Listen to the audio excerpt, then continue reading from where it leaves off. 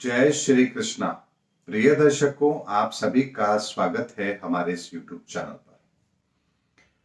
दर्शकों, आप लोगों को कई बार लगता होगा कि एस्ट्रोलॉजी में क्या वास्तव में इतनी बड़ी ताकत है जो हमारी परेशानियों को कम कर सकती है, या क्या वास्तव में एस्ट्रोलॉजी के द्वारा हम अपने जीवन को बदल सकते हैं क्या, या यदि मान लीजिए हमारी किस्मत में जो होना है वो तो होकर रहेगा, तो फिर एस्ट्रोलॉजी को माने या ना माने उससे फर्क क्या पड़ता है।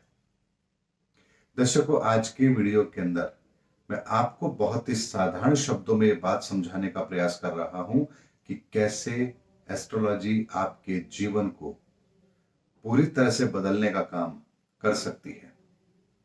दर्शकों, इस बात को समझने के लिए सबसे पहले मैं आपके सामने एक बहुत छोटा सा उदाहरण रखता हूं। आपको बात बहुत आसानी से समझ आएगी। मान लीजिए आपने किसी जरूरत के कारण से बैंक से 10 लाख रुपए का लोन लिया।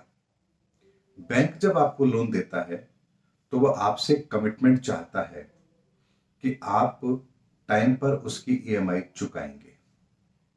यदि आप ऐसा नहीं करते हैं तो बैंक क्या करता है ये आप अच्छी तरह से जानते हैं। अब इस प्रक्रिया को जरा समझते हैं।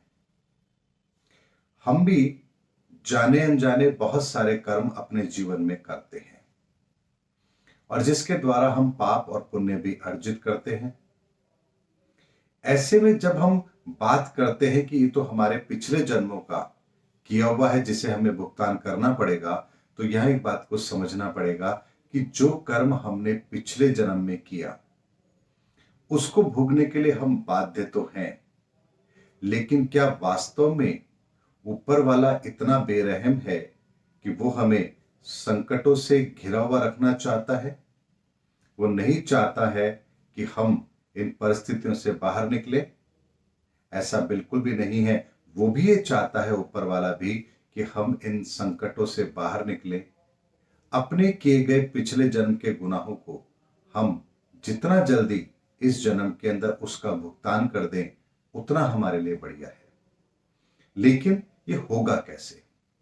मान लीजिए आपको पता लगता है कि आपकी कुंडली के अंदर तो अगले 20 से 25 साल खराब महादशा के आ रहे हैं। खराब महादशा का मतलब ही दर्शकों ये होता है कि आपको पिछले जन्मों का भुगतान करना है, और अच्छी महादशा का मतलब होता है कि जो पिछले जन्म में आपने पुण्य किया है उसका भुगतान आपको मिलना है। अब ऐसे में मान लीजिए यदि आपका बहुत लंबा समय महादशाओं के कारण से खराब आ रहा है तो आप क्या करते हैं? आप कहीं भी जाएंगे तो आपको कुछ उपाय बताए जाते हैं।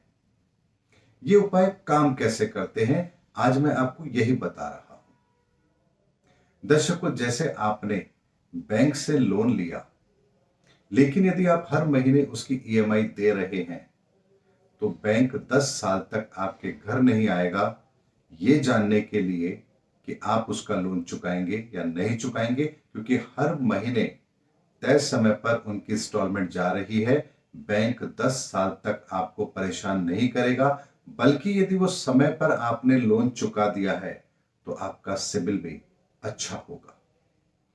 इसी तरह से यदि हमने जो भी कर्म किए हैं पिछले जन्म के अंदर, यदि हम इस जन्म के अंदर उन ग्रहों के उपाय करते हैं, रेगुलर करते हैं, तो ये किए गए हमारे उपाय एक तरह से ईएमआई है जो हम पे कर रहे हैं। यदि आप इस समय पर करते रहते हैं तो कभी भी वो ग्रह आपको आकर के परेशान नहीं करेंगे, चाहे फिर महादशा कोई सी भी क्यों ना चल रही हो। लेकिन जैसे ही आप उपाय बंद करते हैं या उपाय करते ही नहीं हैं, तो ठीक वही स्थिति होती है जैसे लोन की रिकवरी के लिए बैंक आपके दरवाजे पर आता है। उसे इससे कोई मतलब नहीं है कि आपके पास पैसा है या नहीं है। वो आपकी संपत्ति को बेच करके, आपको घर से बेघर करके, जैसे भी उसको वसूली करनी है वो आपसे वसूली करता है, और इसमें न्यायिक प्रक्रिया भी उनका साथ देती है। ठीक इसी तरह से हमें भी उन पिछले जन्मों में किए गए कर्मों का फल भोगना पड़ता है, और वर्तमान की परिस्थितियां भी उनका साथ देती है, यानी ग्रहों का साथ देती है। ऐसे में हमें भी ईएमआई समय पर चुकाते रहना चाहिए, ताकि वो ग्रह हमें कभी भी इस तरह से परेशान नहीं करेंगे जैसे बैंक रिकवरी के लिए करता है। दर्शकों, बहुत साधारण सी बात है, अगर आप समझेंगे तो। नहीं समझेंगे तो इतना टिपिकल है ये कर्मों का सिद्धांत कि आप इसमें उलझ के रह जाएंगे। इसीलिए दर्शकों, जो हमारे खराब ग्रह होते हैं, हमें उनके उपाय निरंतर करते रहने चाहिए, ताकि हमारे पिछले कर्मों की जो भी अवस्था रही है, उसके आधार पर, जो भी हमें कर्म के आधार पर हमें जो फल मिलने हैं, हम अगर उसकी ईएमआई चुका रहे हैं, अर्थात उपाय कर रहे हैं, तो कोई भी ग्रह हमें परेशान नहीं करेगा। और यदि हम उपाय नहीं कर रहे हैं तो फिर ग्रह हमें परेशान जरूर करेंगे, क्योंकि वसूली तो ऊपर भी होती है और नीचे भी होती है। यानी कर्मों का हिसाब किताब आपको चुकाना ही पड़ता है, चाहे आप रोकर चुकाएं या हंसकर चुकाएं। इसीलिए दर्शकों, कर्मों का सिद्धांत बहुत ही सिंपल है।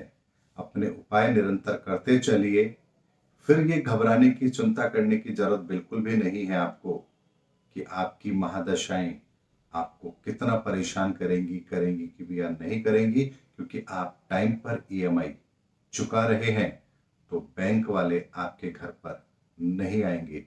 यानी अगर आप उपाय कर रहे हैं तो किसी भी दशा, अंतरदशा, प्रत्यंतर के अंदर, कोई भी महादशा के अंदर आपको नेगेटिव प्लैनेट नेगेटिव रिजल्ट नहीं देंगे, ये बात निश्चित है।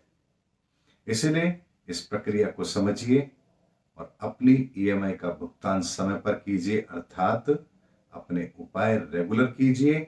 फिर देखिए जिंदगी के अंदर चमत्कार कैसे होता है। उम्मीद करता हूं दर्शकों, मेरा वीडियो आपको जरूर पसंद आया होगा।